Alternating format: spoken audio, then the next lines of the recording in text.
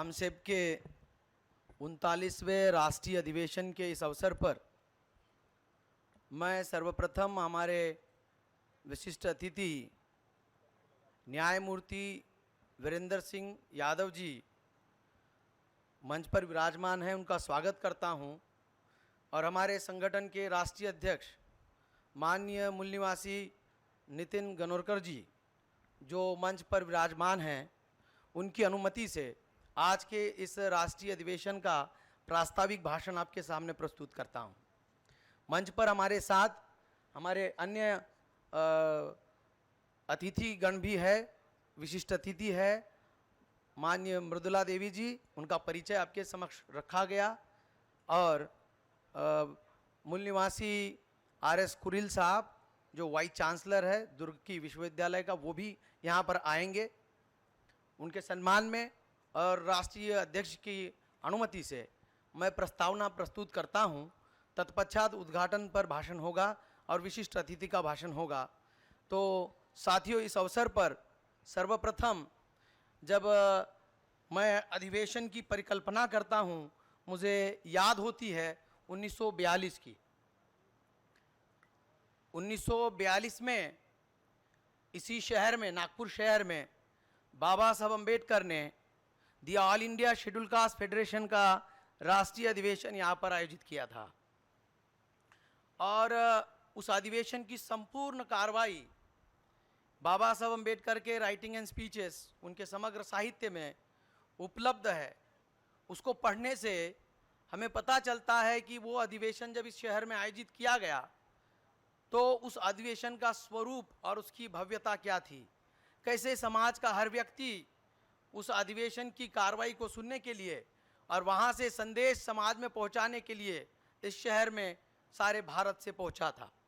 महिलाएं उस अधिवेशन में विशिष्ट रूप से शामिल थी और उस अधिवेशन में महिलाओं की उपस्थिति देखकर एक विशिष्ट सत्र महिलाओं का भी उस अधिवेशन के साथ जोड़कर आयोजित किया गया था। उस प्रसंग पर जब बाबा साहब अम्बेडकर ने मूल निवासी बहुजन समाज को संबोधित किया तो उसमें दो बिंदु अत्यंत महत्वपूर्ण हैं। एक, हमें अपने समाज का स्वतंत्र और स्वावलंबी आंदोलन खड़ा करना चाहिए, ये बिंदु है। यदि हम अपने समाज को स्वतंत्र रूप से सामाजिक धरातल पर संगठित करते हैं, जो बिना किसी बाहरी शक्ति के प्रभाव के अपने समाज के विकास और कल्याण का एजेंडा, कल्याण का कार्यक्रम निर्धारित कर सके, उसको संचालित कर सके, वो बाबा साहब अम्बेडकर ने हम लोगों के सामने लक्ष्य रखा और वो प्रेरणा हम लोगों के लिए निर्माण की कि हमें स्वतंत्र रूप से अपने समाज को संगठित करना चाहिए, ना कि जो लोग हमारे ऊपर बाहर से आकर यहाँ शासन कर रहे हैं उनके सामने बार बार जा करके दया याचना करनी चाहिए। तो उनसे दया याचना करने के बजाय हमें अपना स्वतंत्र और स्वावलंबी आंदोलन खड़ा करना चाहिए। ये प्रेरणा बाबा साहब अम्बेडकर ने वहाँ से दी। और समाज के आंदोलन को आगे बढ़ाने के लिए और समाज में जो हम चाहते वैसा परिवर्तन लाने के लिए महिलाओं की सहभागिता हमारे आंदोलन में समान रूप से होनी चाहिए, ये प्रेरणा भी उस अधिवेशन से हम लोगों को मिलती है। यद्यपि बाबा साहब अम्बेडकर के संपूर्ण मिशन में जो जो उन्होंने हमारे लिए किया वो सारा हमें प्राप्त हुआ, संविधान के माध्यम से हमारे मानवीय अधिकार हमको बहाल हुए। और उनके जाने के बाद बाबा साहब अम्बेडकर के जो अनुयायी थे, खास करके राजनीतिक क्षेत्र में जो बाबा साहब अम्बेडकर के अनुयायी उसकी कमान बाबा साहब के बाद संभाल रहे थे, उन लोगों ने जिस पद्धति से और जिस दृष्टिकोण से आंदोलन को आगे बढ़ाना चाहिए था वो नहीं बढ़ा पाए।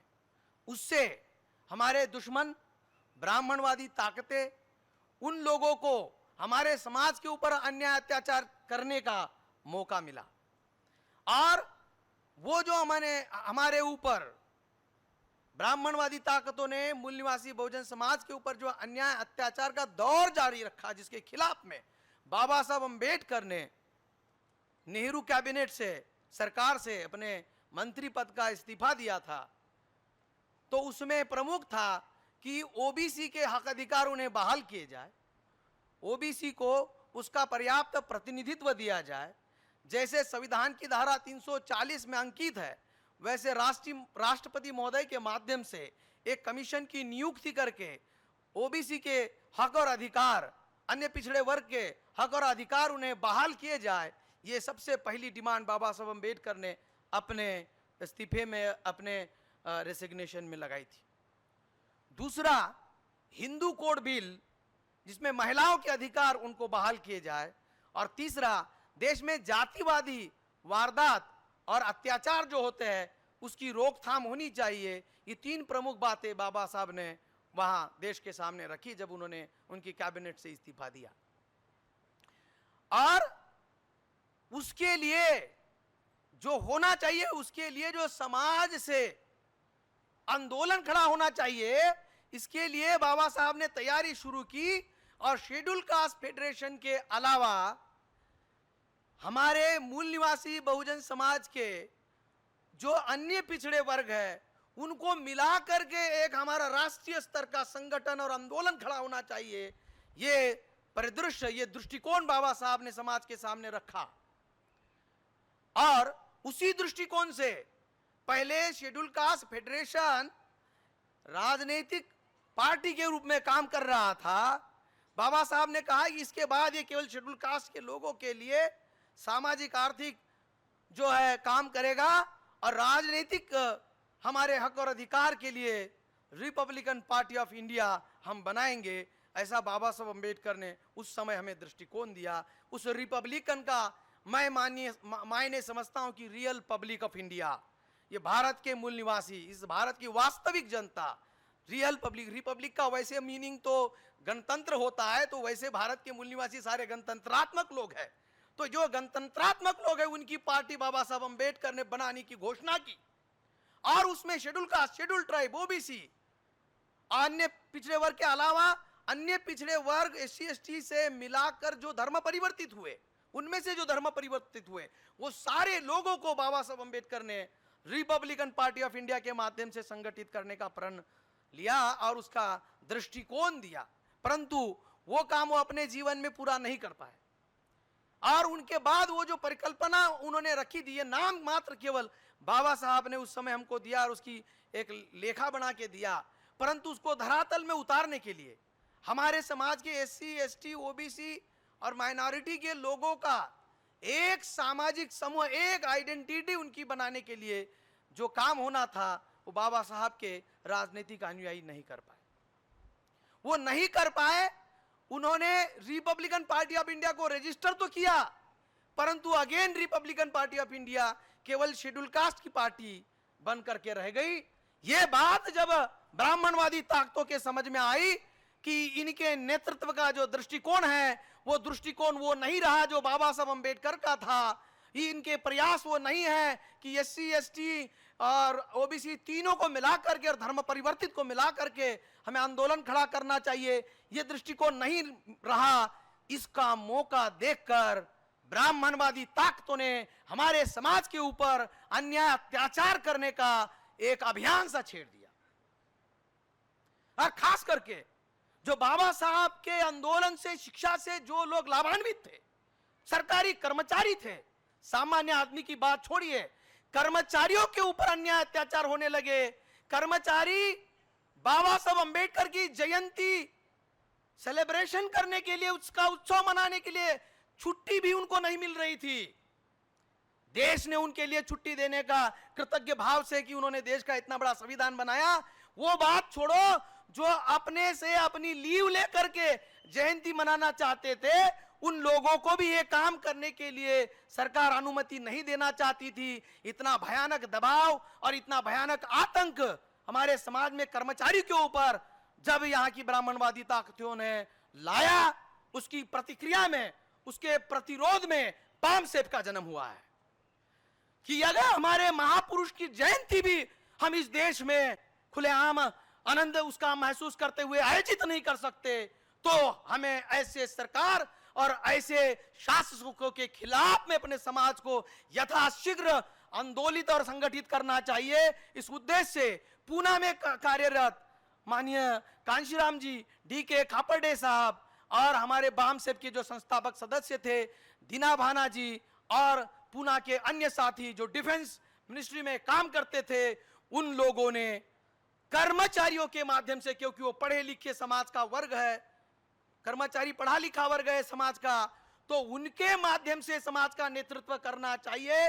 क्योंकि जो राजनीति में लोग गए वो लोग बाबा साहब का दृष्टिकोण भूल गए। उनमें से कई लोग ऐसे थे वो ज्यादा बेचारे पढ़े लिखे नहीं थे और वो राजनीतिक नेताओं का अनुसरण कर रहे थे, तो उनके पास सही जानकारी नहीं होने की वजह से, उनके पास सही से जागृति नहीं होने की वजह से, दोस्त और दुश्मन की पहचान की कमी होने की वजह से वो लोग हमारे समाज के हक अधिकार और हमारे समाज के बुद्धिजीवियों का रक्षण नहीं कर पा रहे थे। तो समाज के बुद्धिजीवियों ने, कर्मचारियों ने BAMCEF, the all India SC ST OBC और इनसे धर्म परिवर्तित अल्पसंख्यक लोग, माइनॉरिटी के कर्मचारियों का महासंघ है। तो ये कर्मचारियों ने बिड़ा उठाया। ये मशाल जो बाबा साहब ने जलाई थी वो गांव गांव तक लोगों को रोशनी पहुंचाने के लिए अपने हाथ में उठाई और उन्होंने ये काम पुणे से प्रारंभ करके ऑल इंडिया में उसका फेडरेशन बनाने का प्रण किया। 5 सालों के अंदर उन्होंने इसको देश के कोने कोने में इसके प्रतिनिधि पैदा किए। 71 से लेके 78 तक 8 साल जब हुए तो बामसेब का पहला जन्म का अधिवेशन बोर्ड का दिल्ली में आयोजित किया गया और आगाज किया गया कि बामसेब का जन्म हो रहा है। ये 6 दिसंबर 1978 को दिल्ली के बोट क्लब में बामसेब का जन्म हुआ। मैं हमारे विशिष्ट अतिथि गण उनके जानकारी के लिए यहां पर इसकी उद्घोषणा कर रहा हूं, ये जानकारी देने की कोशिश कर रहा हूं। और ये जिम्मेवारी वहां से कर्मचारियों ने 6 दिसंबर को संकल्प दिवस के नाम से, एक प्रतिबद्धता के नाम से, डे ऑफ कमिटमेंट, कि बाबा साहब के मृत्यु के दिन, उनके महापरिनिर्वाण के दिन लोग एक मेणबत्ती लगा करके बाबा साहब के प्रति अपना कर्तव्य पूरा हो गया ऐसा समझते थे। उन लोगों को, बामसेब के लोगों ने यह दृष्टिकोण दिया कि ये 6 दिसंबर केवल मेणबत्ती जलाने का काम नहीं है, 6 दिसंबर प्रतिबद्धता का दिवस है कि बाबा का मिशन, बाबा साहब का मिशन हम जन जन तक पहुंचाएंगे। बाबा साहब के आंदोलन से जो शिक्षा हमने प्राप्त की, हम अधिकारी बने, हमारे जीवन में जो परिवर्तन आया वो परिवर्तन हमारे समाज के अंतिम आदमी के जीवन में आना चाहिए। ये प्रण बामसेब के लोगों ने वहां पर किया और वहां से बामसेब का कारवां साथियों प्रारंभ हुआ। जो नए साथी आज इस अधिवेशन में सहभागी हुए होंगे उनकी जानकारी के लिए भी ये बात मैंने यहां पर आपके सामने रखी। और साथियों, हमने वहां से 6 दिसंबर 1978 से आगे लगातार हर वर्ष राष्ट्रीय स्तर का अधिवेशन, राज्य स्तर का अधिवेशन, जिला स्तर का अधिवेशन, विभागीय स्तर का अधिवेशन कर करके, संगोष्ठियों के जागृति के कार्यक्रम जिला जिला स्तर पर कर करके सारे देश में फूले अंबेडकरी विचारधारा का प्रचार प्रसार किया और उसके माध्यम से इस देश में सामाजिक क्रांति का जो कारवा है, लोगों के विचारों में क्रांति लाने की जो प्रक्रिया है उसको आगे बढ़ाया। और वो प्रण जो इस देश में क्रांति लाने का प्रण हमारे महामानवों ने हमारे सामने रखा, ध्येय रखा, लक्ष्य रखा, उसको लेकर के साथियों हम आगे बढ़ रहे हैं। राष्ट्रीय अधिवेशन इसलिए ये केवल लोगों को इकट्ठा करके सद्भावना व्यक्त करने का या वार्षिक भेंट करने का कार्यक्रम नहीं है। राष्ट्रीय अधिवेशन राष्ट्रीय भेंट और प्रीति भोज भी नहीं है। राष्ट्रीय अधिवेशन महामानवों के आंदोलन का संदेश वर्तमान में कैसे उसको प्रासंगिक बनाया जाए इसके ऊपर मंथन चिंतन करने के लिए है। और वहां से, यहां से चिंतन मंथन करके वो संदेश जनमानस में सामान्य आदमी के पास पहुंचाने का प्रण करने का अवसर है।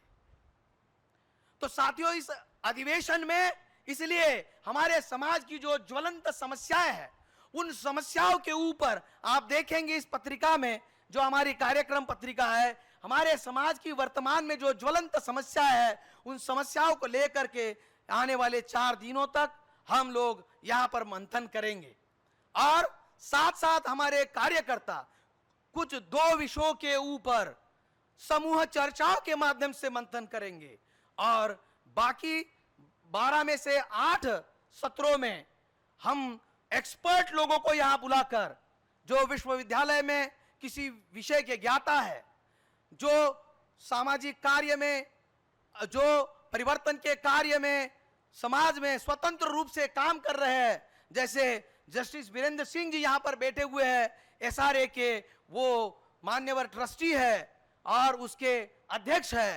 तो ऐसे लोग जो समाज में काम करते हैं और इस आंदोलन को आगे बढ़ाने का उनका स्वतंत्र कोई चिंतन है, ऐसे लोगों को विशिष्ट किस्म की जो ख्याति रखते हैं और विशिष्ट किस्म का जो एक्सपर्टाइज रखते हैं, उन लोगों को इस अधिवेशन में हमने विभिन्न 8 विषयों के ऊपर बोलने के लिए यहां पर आमंत्रित किया है, जिसमें से हम लोग अपने लिए संकल्प बना करके यहां से आगे बढ़ेंगे। आप देखेंगे इस पत्रिका में साथियों, पहले दिन जो हम पहला विषय इस उद्घाटन सत्र के बाद, भोजन के बाद जो हम शुरू करेंगे, वो है हमारे मूल निवासी बहुजन आंदोलन के बारे में, कि हमारे मूल निवासी बहुजन आंदोलन को हम आज तक कहां तक लाए और हमने जो कृति कार्यक्रम बनाया, उस कृति कार्यक्रम की क्रिया प्रतिक्रिया समाज में क्या हो रही है, इसके ऊपर चिंतन करने के लिए हमने पहला जो है प्रबोधन सत्र आयोजित किया है।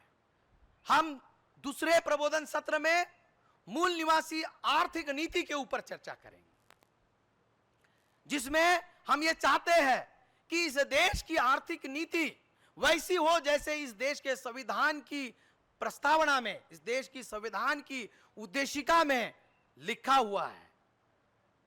वो वैसे तो देश के संविधान के विभिन्न आर्टिकल में, खास करके हमारे फंडामेंटल राइट और दूसरा हमारे संविधान के भाग 4 में दिए गए राज्य के दिशा निर्देशक तत्वों में जो अंकित है, जो वर्णित है, वैसा समाज, एक समाजवादी संरचना हम चाहते हैं। तो उसके लिए हमारी ओर से ये हम पहल करना चाहते हैं कि इस देश में जैसे शिक्षा नीति है, इस देश में जैसे स्वास्थ्य नीति है, इस देश में जैसे रक्षा नीति है, तो इस देश में आर्थिक नीति की भी घोषणा शासन प्रशासन के माध्यम से होनी चाहिए। आप सोचते होंगे कि बिना आर्थिक नीति के देश थोड़े चल रहा है, चल रहा है। कैसे?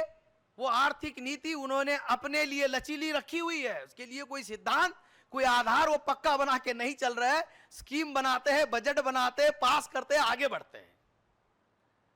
और जो बजट में वादा किया, उसकी यदि वादा खिलाफी हुई तो उसका दोषी जो होगा उसको क्या सजा होनी चाहिए, इसका प्रावधान नहीं है।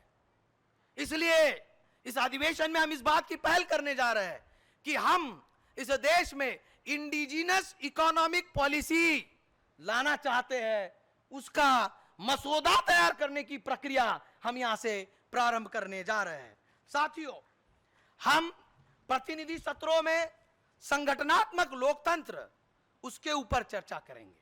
हम इसके बाद इस देश में जो किसान और मजदूरों के साथ पिछले 3 सालों के अंदर जो खुल्लम खुल्ला धोखेबाजी हो रही है, खुल्लम खुल्ला खिलवाड़ हो रहा है, संसद से देश के बड़े बड़े नेता ये जाहिर कर चुके हैं कि किसानों के खिलाफ में जो कानून लाए गए थे हम वापस ले रहे हैं, लेकिन ना जो कानून लाया था वो लागू कर रहे हैं, ना जो पहले था वो लागू कर रहे हैं। किसानों ने अपना आंदोलन वापस ले लिया, किसान तो घर चले गए और इन्होंने भी जो उनको करना है वो मन की मर्जी कर रहे हैं।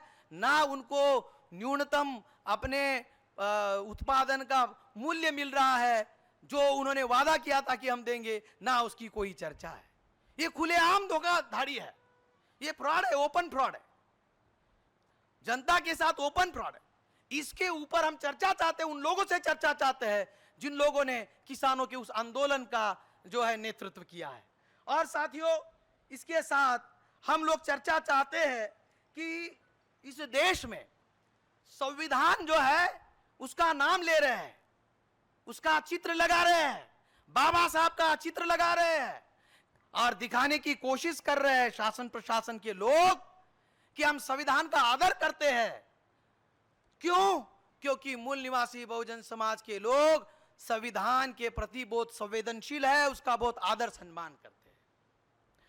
तो उनका आदर सम्मान पाने के लिए ये दिखाने की कोशिश करते हैं कि हम देखो संविधान का कितना सम्मान करते हैं। हाथ में किताब लेकर के लोगों को दिखा के फोटो खींच के बाबा साहब के साथ अपना फोटो लगा के, और वही लोग संविधान की खुलेआम अवहेलना कर रहे हैं, संविधान के मूल ढांचे के खिलाफ षड्यंत्र कर रहे हैं। अभी जो देश के संसद ने और उसके ऊपर देश की सुप्रीम कोर्ट ने जो मोहर लगाई कि आर्थिक आधार पर जो सवर्णों को आरक्षण दिया जाएगा, हमारे संविधान के मूल ढांचे में कहीं नहीं है। मैं सोचता हूं कि जस्टिस साहब उसके बारे में बताएंगे, क्योंकि ये सारे ने उसकी लड़ाई लड़ने में अग्रणी भूमिका निभाई है। तो हमने इसलिए एक सब्जेक्ट रखा है कि संविधान का नाम तो ले रहे संविधान का नाम, और ब्राह्मणवादी काम, इसको एक्सपोज करो, इसको डिनाउंस करो, इसको एनिलेट करो, इसको खत्म करो। ऐसे चरित्र को, ऐसे दोगले चरित्र को, ऐसे वादा खिलाफी लोगों को समाज के सामने उजागर करो, और समाज जो उनको भला समझ करके, क्योंकि वो संविधान का नाम ले रहे हैं, बाबा साहब का नाम ले रहे हैं, उनको समर्थन दे रहा है, वो समर्थन समाज का समाप्त करो। इस लाइन में भी हम चर्चा इस अधिवेशन में साथियों करने वाले हैं। साथियों, दो अन्य विषयों के ऊपर हम चर्चा करेंगे। वो एक है सशस्त्र सेना में ब्राह्मणीकरण, देश की सशस्त्र सेना का, आर्म फोर्सेस का ब्राह्मणीकरण। यह बताया जा रहा है कि अब युद्ध करने के दिन चले गए। सरकार बता रही है कि अब पैदल युद्ध करने के दिन चले गए, हमें पैदल सैनिक की कोई आवश्यकता नहीं है, थोड़ी बहुत है 2-4 साल के लिए। तो जो सेना में भर्ती होते थे, हमारे ज्यादातर मूल निवासी लोग ही सेना में भर्ती है। जो सैनिक है, वो सैनिक की सेवा केवल 4 साल रखेंगे बोल रहे हैं, और उसके बाद उसको सर्विस से निकाल देंगे, रिटायर कर देंगे, फिर दूसरा लाएंगे, 4 साल बाद दूसरा नौजवान लाएंगे। मतलब देश की रक्षा करने के लिए एक सैनिक को अपने देश की जो सीमाएं पता होनी चाहिए, एक सैनिक को अपने देश का जो खुफिया जानकारी होना चाहिए, उसको अपना जल जंगल पहाड़ पता होना चाहिए। पता होने के लिए 2-4 साल लगते हैं। जब पता हो जाएगा, दूसरे साल में सोचेगा 2 साल की सर्विस रह गई, वो सोचेगा अब तो मैं रिटायर होने वाला हूं, मुझे क्या फिक्र करनी, मुझे पेंशन भी नहीं है, वो फिक्र नहीं करेगा। और पहले पेंशन मिलती थी, 40 साल तक काम करता था सैनिक, उसके बाद भी ऑफिसर बन सकता था, वो हमारे लिए खत्म कर दिया, ब्राह्मणों के लिए जारी रखा। क्योंकि सेना के प्रशासन में, सेना की कमांड में ब्राह्मणवादी लोग बैठे हुए हैं, पैदल सेना में, बंदूकधारी में हमारे लोग हैं, उनकी बहुत संख्या है। मैं तो ये समझता हूं शायद ये डर रहे हैं। क्यों? इतनी बड़ी मात्रा में सेना में हमारे लोग रहेंगे, और हमारे सैनिकों का अगर एक आध दिन दिमाग खराब हो गया और ऑफिसर उनके बैठे हुए हैं, कहीं उनको गर्दन पकड़ के खड़ा ना कर दे। पाकिस्तान में हो रहा है, बगल बगल में हो रहा है, सेना विद्रोह कर रही है। मुझे तो लग रहा है मूल निवासी का आंदोलन इस देश में जो चल रहा है, उससे ब्राह्मण घबरा रहा है कि सेना में रहेंगे। इंदिरा गांधी को 1 मिनट में 36 गोली फूकी थी। मैं उसका गोली फूकने का समर्थन नहीं कर रहा हूं, लेकिन उसके जब लगा कि मेरा जो सम्मान, मेरा जो धार्मिक अधिकार है, उसके खिलाफ में देश की प्रधानमंत्री काम कर रही है, तो पंजाब के एक सिख धर्म के आदमी ने उसको उसके प्रांगण में सरकारी कर्मचारी होने के नाते 36 गोली धार धार धार धार धार फूक दी थी। देखा आप लोग? ऐसे होता है जब सामान्य आदमी का दिमाग खराब हो जाए। हम तो बुद्धिजीवी लोग हैं, हमारा दिमाग खराब नहीं है, और हम लोगों का दिमाग खराब जो लोग हैं उनका ठीक करना चाहते हैं। हाँ, सबसे पहले ब्राह्मणवादी लोगों का दिमाग खराब है, उनका ठीक करना चाहते हैं। और हमारे लोगों को भी हम समझा रहे हैं लोकतांत्रिक तरीके से ही होगा।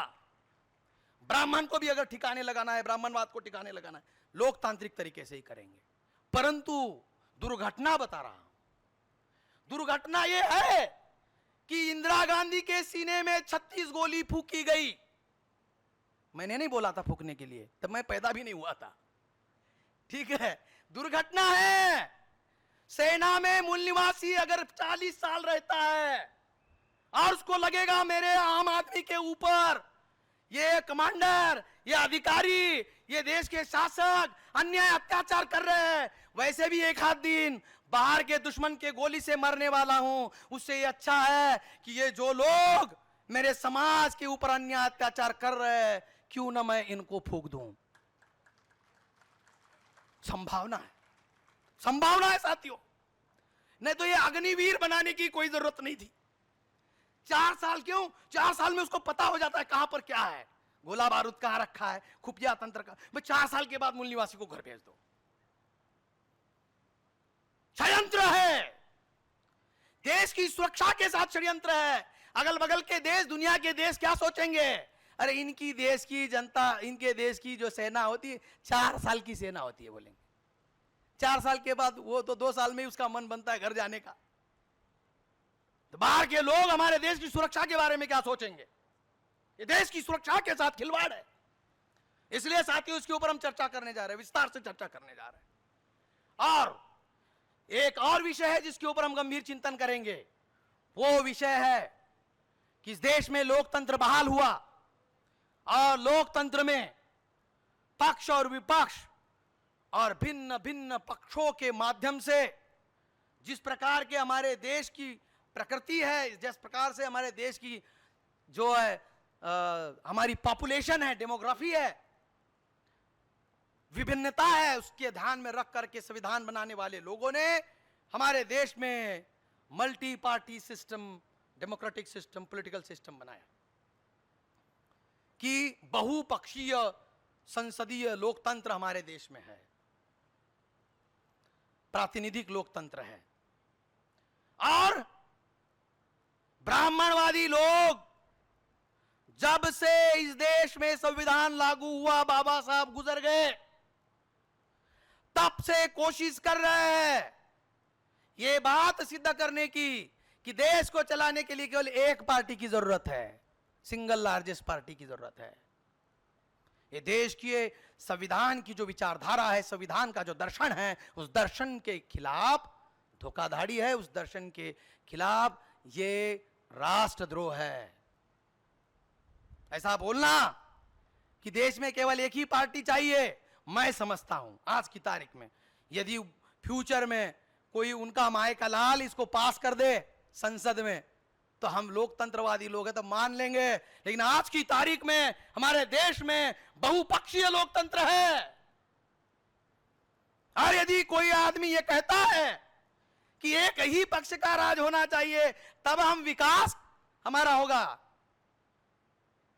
ये लोगों को गुमराह करने का कार्यक्रम है। इसलिए हमने यहां पर विषय रखा है, इसके ऊपर चर्चा करने के लिए विषय रखा है, विपक्ष को नेस्तनाबूद करने के लिए संवैधानिक संस्थाओं का दुरुपयोग, जन विश्वासघात पर लोक महाभियोग की पुकार, ये विषय रखा है साथियों। आइए आइए सर, कुरिल साहब आ गए, आप कृपया तालियों से उनका स्वागत करिए। हमारे मुख्य अतिथि और हमारे उद्घाटक आर.एस. कुरिल साहब, vice chancellor horticulture and forest university Durg Chhattisgarh, हमारे मंच पर पहुंच चुके हैं। मैं कुरिल साहब को विनंती करता हूं कि वो अपना आसन ग्रहण करें। साथियों, मैं ये जो क्रम समझा रहा हूं अधिवेशन का, उसका शेड्यूल आपके सामने रख रहा था, उसमें ये अंतिम विषय है और इसके ऊपर हम लोग चर्चा करेंगे कि कैसे देश के संविधान में बहुपक्षीय राजनीतिक व्यवस्था उपलब्ध है। और लोग कह रहे हैं एक पक्ष का होना चाहिए, सिंगल लार्जेस्ट पार्टी होनी चाहिए, और दूसरे कोई चुन करके आते हैं तो उन लोगों को जो है हम या तो पैसों से खरीदेंगे या उनको धमकाएंगे, उनको डराएंगे, उनको जो है अरेस्ट करेंगे, उन लोगों को कैद करेंगे। ऐसा जो डर फैलाने का काम देश में चल रहा है वो अच्छा नहीं है। लोकतंत्र है, सभी पक्षों को अपनी स्वतंत्रता है, उनको उनके अधिकार, उनके मूलभूत अधिकार बहाल रहने चाहिए। राजनीति लोग करते हैं, उनको स्वतंत्रता है, कर सकते हैं। हम समाज के प्रहरी है, मैं विश्वविद्यालय में पढ़ाता हूं। सिलेबस पढ़ाने के अलावा मेरा यह कर्तव्य है कि समाज की समस्याओं के ऊपर मैं रिसर्च करूं, समाज का प्रबोधन करूं, अपने छात्रों का प्रबोधन करूं। संगठन का कार्यकर्ता होने के नाते मेरा कर्तव्य है कि मैं समाज की समस्याओं को समझूं, अध्ययन करूं और सही मार्गदर्शन करूं। इसलिए मैं कह रहा हूं, इस अधिकार से मैं कह रहा हूं, इस कर्तव्य का निर्वहन करते हुए मैं कह रहा हूं कि इस प्रकार का वातावरण देश के हित में नहीं है। लोगों के सामाजिक, आर्थिक, राजनीतिक अधिकार बहाल रहने चाहिए। किसी भी किस्म से उसमें लोगों को गुमराह करने का काम नहीं होना चाहिए। और यदि ऐसा कुछ हमें नजर आता है तो उसके ऊपर हमें प्रकाश डालना चाहिए, उसको उजाले में लाना चाहिए, उसके ऊपर लोगों का प्रबोधन करना चाहिए। हम इतना कर सकते हैं, बंदोबस्त करने का काम समाज का काम है। हम समाज को संदेश दे सकते हैं, संकेत दे सकते हैं, मार्गदर्शन कर सकते हैं, जो चीजें दबाई जा रही उनको उजाले में ला सकते हैं। लेकिन बंदोबस्त, अगर गलत चीज हो रही है उसका बंदोबस्त करने का काम समाज के अन्य प्रहरियों का भी है। हम एक सामाजिक संगठन है, कर्मचारियों का संगठन है, समाज के अलग अलग प्रकार के संगठन है, उनके ये काम है। हमारे समाज के कुछ लोग राजनीति में काम करते होंगे, कुछ आर्थिक क्षेत्र में काम करते होंगे, कोई सभ्यता के क्षेत्र में, कलाचार के क्षेत्र में काम करते होंगे, उन सब लोगों का शिक्षा के क्षेत्र में काम करते होंगे। उन लोगों का कर्तव्य है कि अपने अपने क्षेत्र में वो समाज का सही से प्रबोधन करे और देश में जो लोकतंत्र है उसको बहाल रखे, उसकी रक्षा करे। लोकतंत्र की रक्षा संविधान की रक्षा है, संविधान की रक्षा लोकतंत्र की रक्षा है। मतलब लोगों को दोनों चीज का ज्ञान होना चाहिए, संविधान का ज्ञान होना चाहिए और उस ज्ञान के आधार पर समाज में वातावरण निर्मित होनी चाहिए, वैसी परंपराएं स्थापित होनी चाहिए। साथियों, इसके ऊपर हम विस्तार से चर्चा करेंगे और उसके ऊपर भी आने वाले समय में संकल्प लेकर इस अधिवेशन से हम जाएंगे। मैं पुनः आपको याद दिलाना चाहूंगा, जब मैं बोलने के लिए खड़ा हुआ तो मेरे शरीर पर रोंगटे खड़े हुए थे। जब मुझे याद हुई 1942 की, जब बाबा साहब अम्बेडकर ने इसी शहर में the all India schedule caste federation का पहला राष्ट्रीय अधिवेशन यहां पर आयोजित किया और उसमें महिलाओं की समान प्रतिभागिता करवाई, तो रोंगटे इसलिए खड़े हुए कि ये साधन प्रचार माध्यम उस समय नहीं थे। तब भी इस नागपुर शहर में हमारे समाज के लोग इतनी बड़ी मात्रा में इकट्ठा हुए थे कि देश के सारे लोगों का जो है दिमाग चकरा गया कि ये लोग कहां से और कैसे यहां पर उपस्थित हो गए, कैसा ही आयोजन है। आज की तारीख में वो, क्योंकि मास मोबिलाइजेशन का काम था, सामान्य आदमी को जोड़ने का काम था, आज की तारीख में बुद्धिजीवियों को इकट्ठा करने का काम हमसे अपने अपने कंधे के ऊपर लिया है। कर्मचारियों को, कार्यकर्ताओं को, प्रशिक्षित कार्यकर्ताओं को संगठित रखना और उनके माध्यम से समाज का नेतृत्व करने का बीड़ा बाम से अपने उठाया है। उस काम के लिए हम अधिवेशन आयोजित कर रहे हैं। 3000 सदस्यों का रजिस्ट्रेशन इस अधिवेशन के लिए है, क्योंकि ये हमारी जगह शहर से 40-45 किलोमीटर दूर है। इसलिए कुछ साथी, इतनी ट्रेनें इस देश में है नहीं कि हमारे लोगों को हर कोने से उन ट्रेनों में जो तारीख और समय हम निर्धारित करते हैं उसके ऊपर वो यहाँ पर पहुँचा है। तो हमारे कुछ साथी थोड़े अभी लेट में पहुँचेंगे, लेकिन जो हमारे अधिवेशन में रजिस्ट्रेशन जो हमारे अध्यक्षों ने बताया है 3000 डेलीगेट्स सहभागी होंगे हमारे संगठन के। अभी अगर आप कैलकुलेट करोगे कि हमारे संगठन की 4 शाखाएं हैं और हमारा संगठन मिला के 80,000 से ज़्यादा हमारे सदस्य है, तो हमारे कार्यकारिणी के जो सदस्य है 7,000 सदस्य है। 7,000 से भी कुछ ज़्यादा होंगे जो रिसेंट पिछले 3 महीने के अंदर का डेटा मैं आपको नहीं बता रहा हूं। उनमें से कोई बीमार होगा, कुछ लोगों की उम्र हो गई है इसलिए यहां पर आना है तो रिस्क है इसलिए नहीं आ रहे हैं, अन्य अन्य कारणों से 7,000 में से 3,000 लोगों ने यहां आने की कमिटमेंट जाहिर की है। और ये 3,000 लोग हैं जिनको इस अधिवेशन के बाद यहां जो संकल्प पारित होते हैं उन संकल्पों को वो सारे कार्यकारिणियों के 7,000 सदस्य उनके पास पहुंचाना है।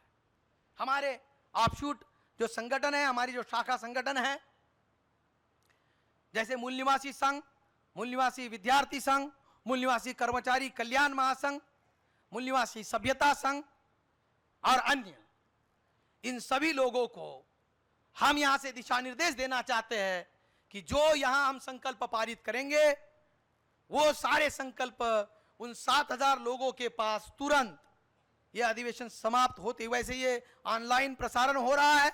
मैं उम्मीद करता हूं कि हमारे देश के दूसरे सदस्य जो आज यहां उपस्थित नहीं हुए वो भी इस उद्घाटन सत्र को देख रहे होंगे, देश में भी और देश के बाहर भी देख रहे होंगे, वो भी हमारे साथ इसमें शामिल है, वो भी संदेश को सुन रहे होंगे कि इस अधिवेशन में जो संकल्प हम पारित करेंगे उन संकल्पों को यथाशीघ्र धरातल पर हमें लागू करना है।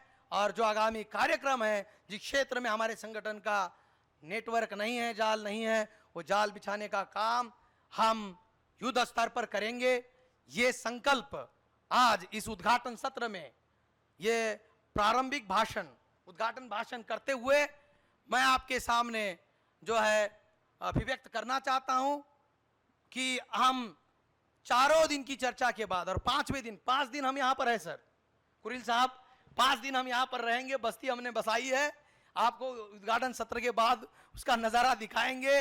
इस बस्ती में हम लोगों ने 3,000 लोगों की व्यवस्था की। एक गांव में इतने लोग रहते हैं, इनकी ग्राम पंचायत बन जाती है और कभी कभी 5 और 7,000 लोग भी हम बुलाते हैं, लेकिन ये सब कोरोना और अन्य जो अड़चने हैं उसकी वजह से हमने कम लोगों को, लिमिटेड लोगों को, जो स्वस्थ है, बीमार नहीं है, ऐसे लोगों को अधिवेशन में बुलाया है। तो जब 5,000 लोगों की बस्ती हम यहाँ बसाते हैं और उस बस्ती में रहने की हम लोगों ने यहाँ पर कुटिया बनाई है, वो कुटिया में प्रोफेसर भी सोएगा उसी गद्दे पर और हमारा एलडीसी भी सोएगा उसी गद्दे पर, हमारा साधारण कर्मचारी, वो सारे लोग हमारे मिशन के कैडर है, वो यही सोएंगे, साथ साथ एक ही भोजन खाएंगे। भोजन कम पड़ा तो यही का पानी पिएंगे और अधिवेशन की कार्रवाई सुनेंगे। इस प्रकार की कमिटमेंट, इस प्रकार की प्रतिबद्धता लेकर के साथियों हम चल रहे हैं। मैं हमारे अतिथिगण के सामने इस बात को गर्व से अभिव्यक्त करना चाहता हूं कि ये 5 दिन के लिए बस्ती बसाई है, इस बस्ती में गंदा पानी नहीं बहने देंगे। ब्राह्मणवादी लोग अपनी बस्ती को स्वच्छ रखते हैं और हमारी बस्तियों में गंदी नालियां बहती है। ब्राह्मणवादी लोगों के यहां पर गली में खुले तार नहीं, इलेक्ट्रिक के खुले तार नहीं बहते, उनके यहां अंडरग्राउंड केबल होते हैं। हमारी बस्तियों में खुले तार होते हैं, बिजली के, इससे एक्सीडेंट होते हैं, लोग मरते हैं। हमारी बस्ती में रास्ते नहीं है, हमारे बस्ती में गाड़ी नहीं जा सकती। ये हम चाहते हैं कि इस बस्ती, ये जो बेगमपुरा हम यहां बसा रहे हैं, हमारी कोशिश है कि आने वाले समय में वास्तव में ये बेगमपुरा बन जाए। तो साथियों, इस बेगमपुरा में मैं हमारे मुख्य अतिथि, हमारे उद्घाटक महोदय आर.एस. कुरिल साहब का आपकी ओर से स्वागत करता हूं। आपकी तालियों के गर्जना के साथ उनका स्वागत करता हूं। मैं जस्टिस वीरेंद्र सिंह जी यादव और उनकी मिसेस हमारे अधिवेशन में शामिल हुई है। मैं दोनों अभिभावकों का, दोनों का मैं यहाँ पर स्वागत करता हूं। मृदुला मैडम, मृदुला देवी जी केरला से हमारे बीच में पहुंची है। ये फिल्म कलाकार है, साहित्यिक है और इनका एक जो मैगजीन चलता है पट्ट भेदम, उनकी वो संपादिका है, उनका भी स्वागत करता हूं और अध्यक्ष महोदय की अनुमति से इस राष्ट्रीय 43वें राष्ट्रीय अधिवेशन का प्रास्ताविक भाषण यहां समाप्त करता हूं। जय भीम, जय भारत, जय मूल्य निवासी।